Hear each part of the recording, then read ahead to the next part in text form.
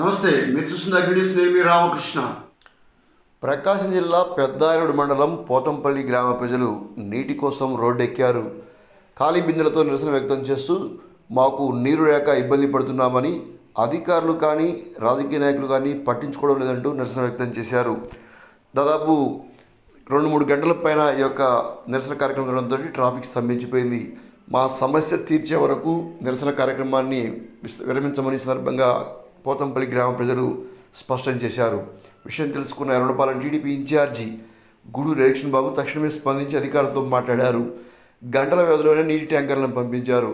దీంతో పోతంపల్లి గ్రామ ప్రజలు ఎలక్షన్ బాబుకు ధన్యవాదాలు తెలిపారు.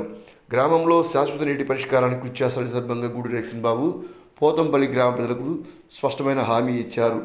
వారి నిరసన కార్యక్రమాన్ని విరమించుకోవడంతో అక్కడ వాహనాలు మొత్తం కూడా యథావిధిగా ప్రయాణం చేశాయి.